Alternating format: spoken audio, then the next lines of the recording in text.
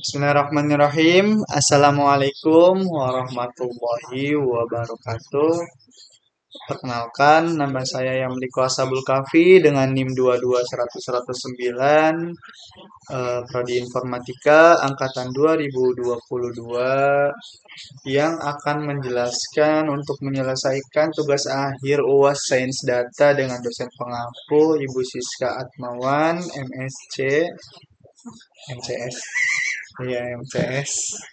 Mohon maaf. Nah, di sini saya akan menjelaskan tentang PPT membangun model clustering 2 pada PPT 8. Oke, di sini kita disuruh untuk mengerjakan tugas. Ada dua tugasnya. Yang pertama dan yang kedua. Yang pertama di sini atau kuis atau games, teman-teman. Jadi di sini kita enjoy aja untuk mengerjakannya. Nggak perlu terburu-buru, nggak perlu tergesa-gesa. Kita di sini menyelesaikan sebuah tugas dengan secara santai. Nah, jadi di sini saya ingin menjelaskan.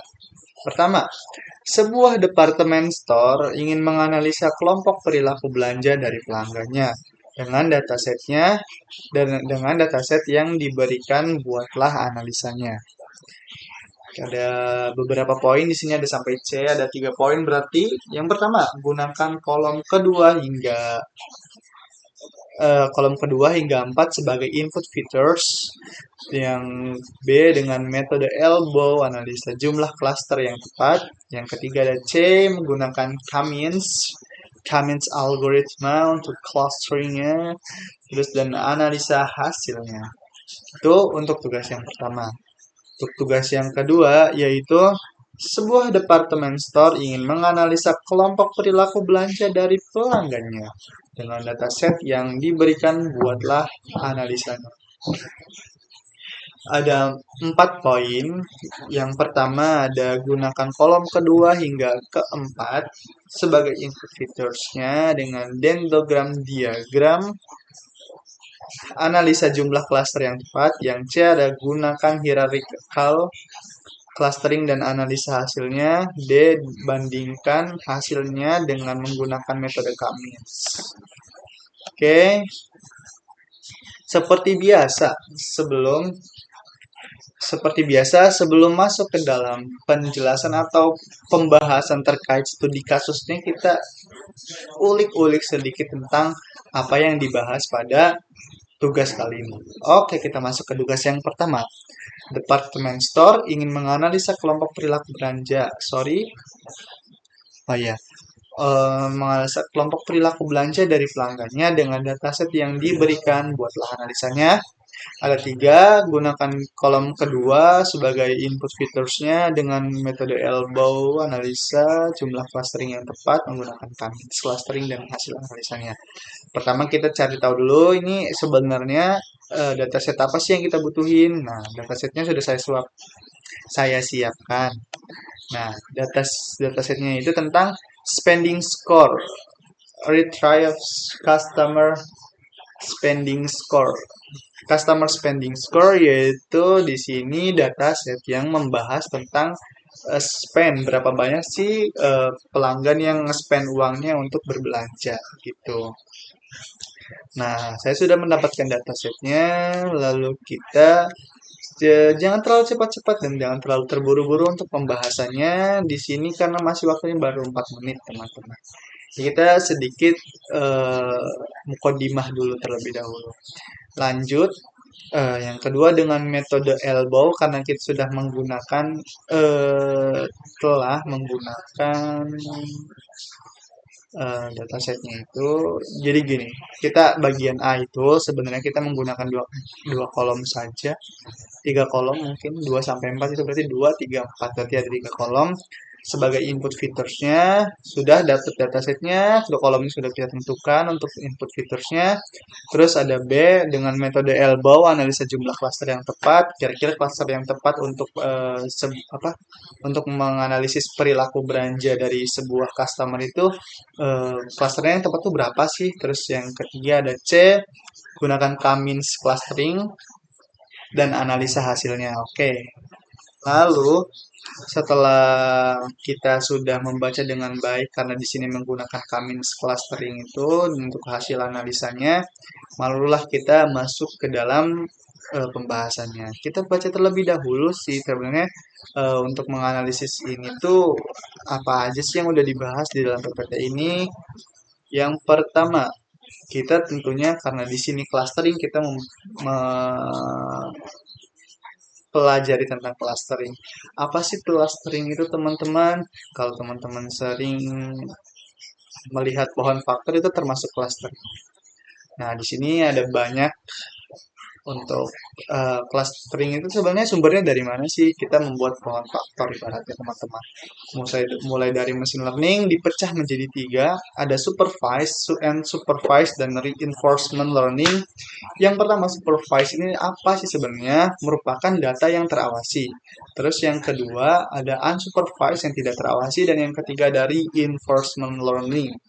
Baru deh dari tiga pecahan tersebut, clustering termasuk dalam di unsupervised learning, tidak di dalam pengawasan. Oke, setelah masuk dan mendapatkan apa itu clustering, kita masuk ke dalam pembahasannya. Clustering, teknik clustering melakukan pembelajaran mesin tanpa ada supervisi. Nah, tadi seperti yang saya sudah bilang, tidak diawasi atau tidak ada supervisinya untuk menyelesaikan suatu masalah.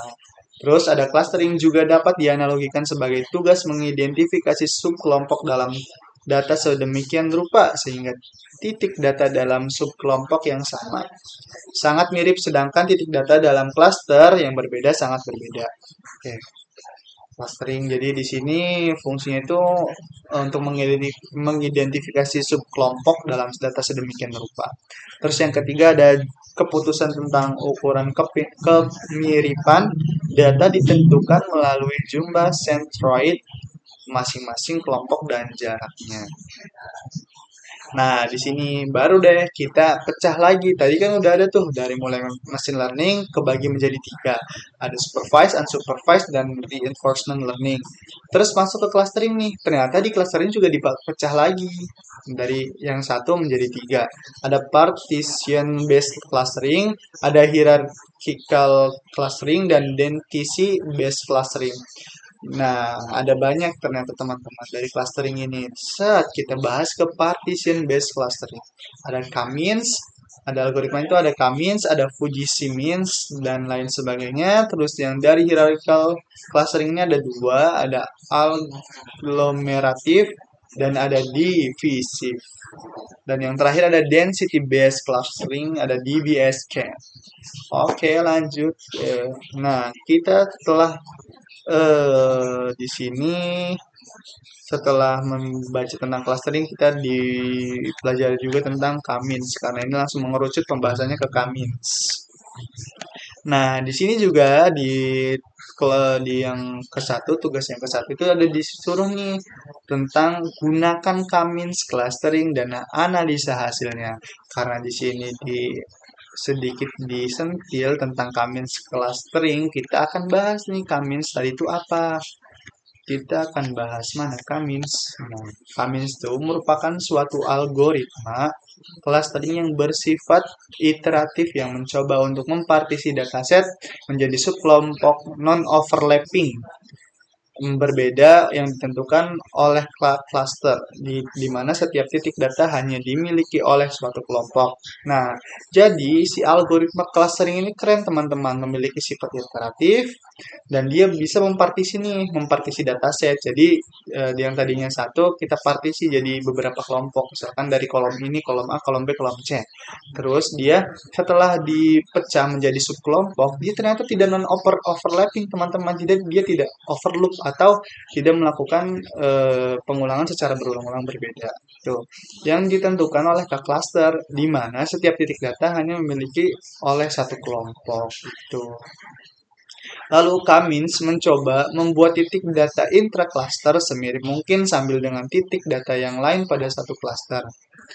Cummins menetapkan poin data dengan klaster sedemikian rupa hingga jumlah kejar kuadrat antara titik data dan pusat massa klaster rata-rata aritmatika dari semua titik data yang termasuk dalam klaster itu. Terus, semakin sedikit variasi yang kita miliki dalam klaster, semakin homogen, serupa. Homogen itu serupa ya teman-teman, titik data dalam klaster yang sama. Nah, gimana sih cara ngelakuin Cummins, cara melakukan metode Cummins ini untuk memfilterisasi si dataset ini? Nah, kurang lebih ada seperti ini teman-teman. Lagi dan lagi ternyata Cummins ini menggunakan ciri khas yaitu titik-titik teman-teman. Beberapa titik yang digunakan oleh Cummins. Karena ini merupakan cluster ya teman-teman. Terus yang pertama, gimana caranya? Ini langkah-langkahnya. Yang pertama adalah memilih jumlah cluster awal K yang ingin dibuat.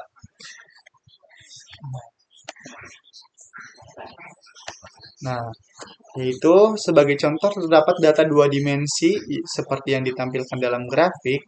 Langkah pertama adalah memilih jumlah klaster. Misal, kita pilih untuk membaginya ke dalam dua klaster. Karena dari satu, terus kita pecah menjadi dua clustering, teman-teman. Jadi, data yang tadinya ada beberapa, kita pecah nih menjadi dua klaster saja. Terus, yang kedua itu memilih titik secara random sebanyak K buah, di mana titik ini akan menjadi pusat sentroid dari masing-masing kelompok klaster. Nah, kita pilih nih random nih, ada banyak titik yang pada kurva tadi sebelumnya, kurva sebelumnya teman-teman. Kita pilih nih beberapa, kita pilih random sampling, tek, tek gitu. Jadi ada dua antara merah dan biru. Nah, ketika kita sudah memilih dua dari si Cummins tadi sebelumnya, nah, kita udah memilih dua nih antara si warna merah dan warna biru. Langkah kedua adalah menentukan titik pusatnya. Dalam satu klaster terdapat titik pusat. Satu titik pusat atau yang disebut dengan sentroid. Sentroid menentukan penentuan awal posisi titik pusat ini bebas karena nantinya algoritma Cummins akan merubah posisi tiap titik hingga dicapai solusi paling optimal. Pada gambar kedua, titik merah mewakili pusat dari klaster 1. Nah, yang seperti yang saya sudah bahas tadi, ada dua tipe klaster ya teman-teman. Jadi di sini ada dua tipe klaster dinotasikan menjadi warna merah dan warna hijau. Nah, dengan demikian, klaster maka masing-masing data point akan memilih titik pusat sentroid yang paling dekat. Nah, itu ada banyak titik-titik, mereka akan mencari yang paling dekat dari jarak mereka. Jika sudah dipilih, maka data point tersebut akan menjadi bagian dari klasternya. Ada merah, ada hijau, di sini ada beberapa titik nih, nanti akan menyusut karena diklasterkan menjadi dua klaster. Ketika udah, nah ternyata dipisah menjadi dua, membuat sebuah latensi yang menaik secara vertikal secara lurus. Nah, kita bagi menjadi dua antara A dan B, karena tadi clusteringnya ada dua, kita bagi menjadi dua, warna merah untuk A, warna hijau untuk B. Nah, ada beberapa titik yang bakal berhubungan ke A, dan ada beberapa titik yang akan menjadi satu kesatuan pada cluster B. Nah, dari dataset yang kita miliki, buat dataset yang terdekat dengan titik sentroid sebagai bagian dari klaster tersebut. Sehingga secara total akan terbentuk klaster sebanyak K buah. Berdasarkan kelompok pada kedua, maka setiap titik data saat telah bergabung dalam salah satu klaster, titik data yang diwakili dengan simbol X berwarna merah masuk ke klaster 1. Nah, itu kan seperti yang tadi saya bilang, jadi kurvanya itu terus menuju naik, kita pisah menjadi dua antara klaster A dan klaster B. Ketika sudah, kita melakukan 4, yaitu lakukan kalkulasi dan tempat pusat sentroidnya. Ternyata pusat sentroid yang baru untuk setiap klasternya, langkah ini dilakukan untuk menemukan sentroid yang paling tepat untuk masing-masing klaster. Jadi ada dua klaster tadi, langkahnya itu, dan yang langkah keempat adalah melakukan perhitungan sesuai algoritma Cummins. yaitu mencari posisi titik pusat yang paling sesuai untuk setiap klasternya berdasarkan perhitungan jarak terdekat. Perhitungan jarak masing-masing titik data ke pusat klasternya dapat menggunakan metode Euclidean distance. Ilustrasi perhitungan jarak dapat dilihat pada gambar nomor 4. Nah, dapat dilihat pada gambar nomor 4 ternyata si klasternya itu berpindah, teman-teman. Dari klaster 1 itu naik dan klaster 2 itu juga itu naik, tapi yang warna merah itu lebih sedikit ke arah kiri. Nah, langkah yang kelima, langkah yang terakhir dari dataset yang kita miliki ambil titik sentroid terdekat sehingga dataset menjadi bagian dari klaster tersebut. Jika masalah ada data yang berubah kelompok pindah klaster, kembali ke langkah 4. Jika tidak, maka klaster yang terbentuk sudah baik.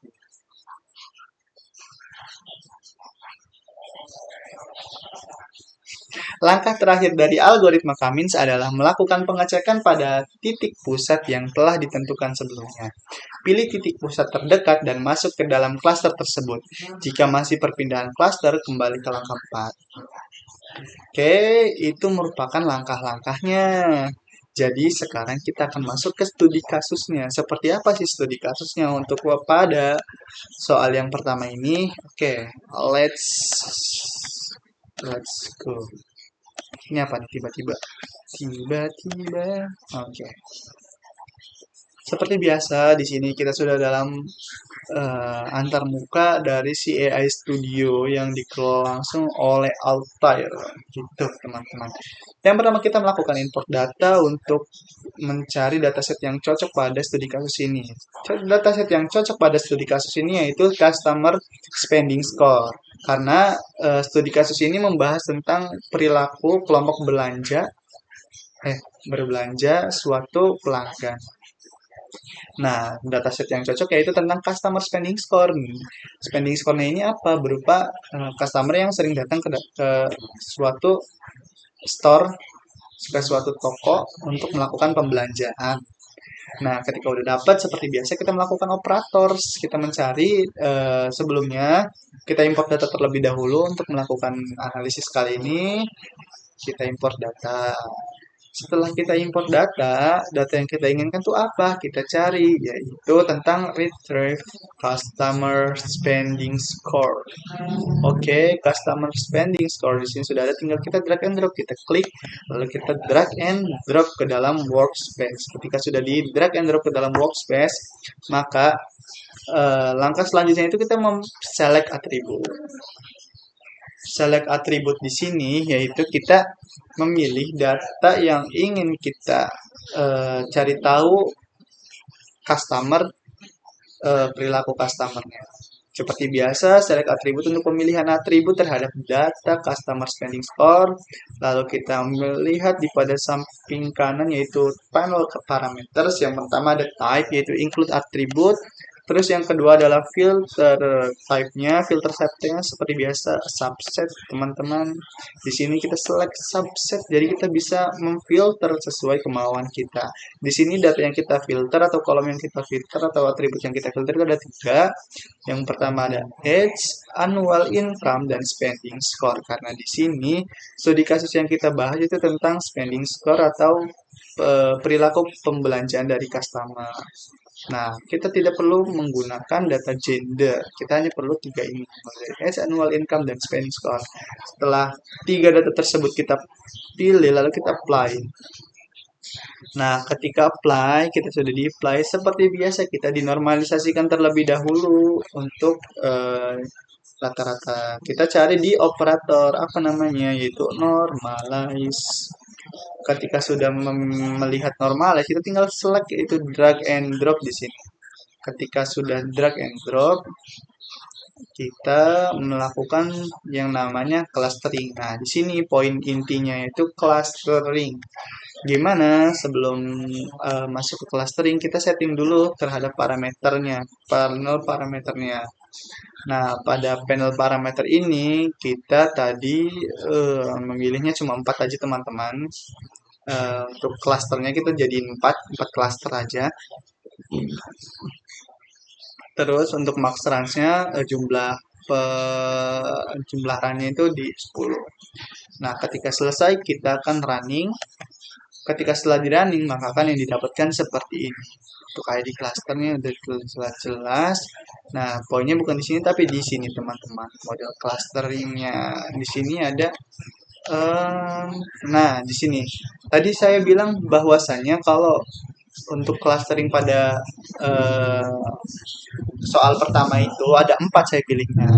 Kan tadi kan ada age, annual income, dan spending score. Nah, saya membuat cluster itu menjadi 4. Nah, 0, 1, 2, dan 3. Ini 3 bang? Enggak dong, ini kan 4 dari 0 soalnya. 0 dan untuk age dan sekian, annual income-nya, spending score-nya kurang lebih seperti ini. Oke, setelah selesai, lalu kita masuk ke pembahasan yang kedua. Apa sih yang dibahas? Yang dibahas pada soal kedua yaitu tentang, kita lihat, kita lihat ke bawah. Nah, tugas yang kedua itu apa? Sebentar, saya minum dulu.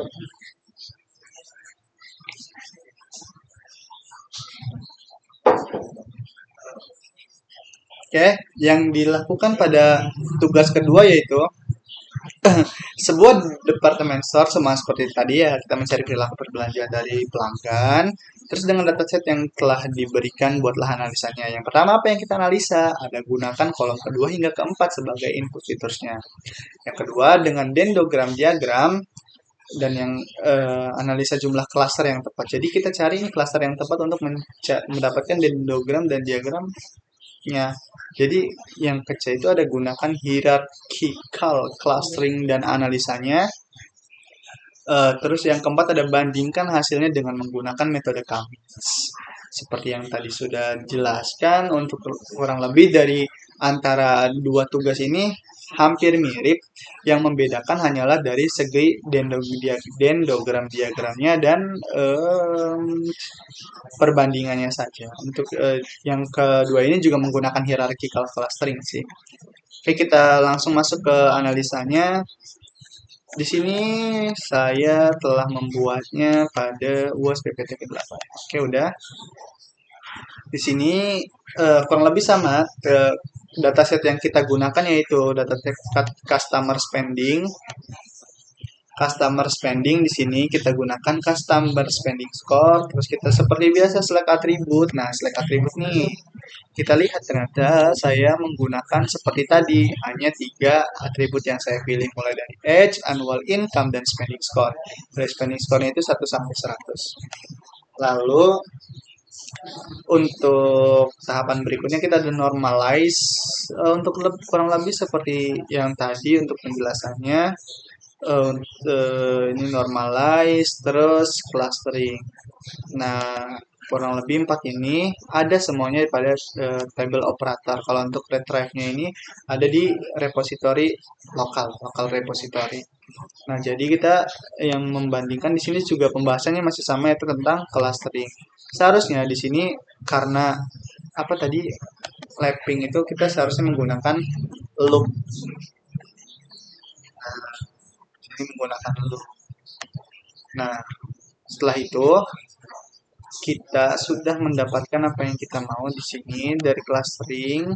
Nah, berbedanya apa di sini? Perbedaan dengan clustering yang tadi di sini saya menggunakan clustering agglomeratif clustering. Nah, di mana settingannya itu benar-benar berbeda, ada 3. Yang pertama ada average link, terus ada mix measures dan mix Euclidean distance. Seperti yang sudah dibahas pada materi tadi, semuanya ada dibahas di materi. Jadi di sini kita tinggal mengolah studi kasusnya bagaimana cara menganalisa dengan baik dan benar. Nah, ketika sudah dianalisa dan ternyata pada perilaku pelanggan yang telah dianalisa pada tugas kedua, yaitu sekarang kita running. Setelah di running, yang membedakan di sini apa? Tadi saya sudah bilang di awal, yaitu tentang visualisasi datanya saja. Di mana visualisasi data pada yang kedua ini menggunakan dendrogram. Cocok untuk owner atau CEO yang memiliki bisnis untuk melihat perilakunya menggunakan dendrogram seperti ini teman-teman. Jadi kelihatan nih misalkan perilaku customer melalui diagram seperti ini, dendrogram namanya. Lebih jelas untuk customer yang melakukan sebuah perilaku datanya. Seperti itu. Oke, mungkin sekian dari saya. Kurang lebihnya mohon maaf. Ini merupakan video terakhir. Salah, ini video ketiga seharusnya. Yang dapat saya sampaikan cuma segitu. Kurang lebihnya mohon maaf. Maaf jika ada kesalahan. Jadi, Wassalamualaikum warahmatullahi wabarakatuh.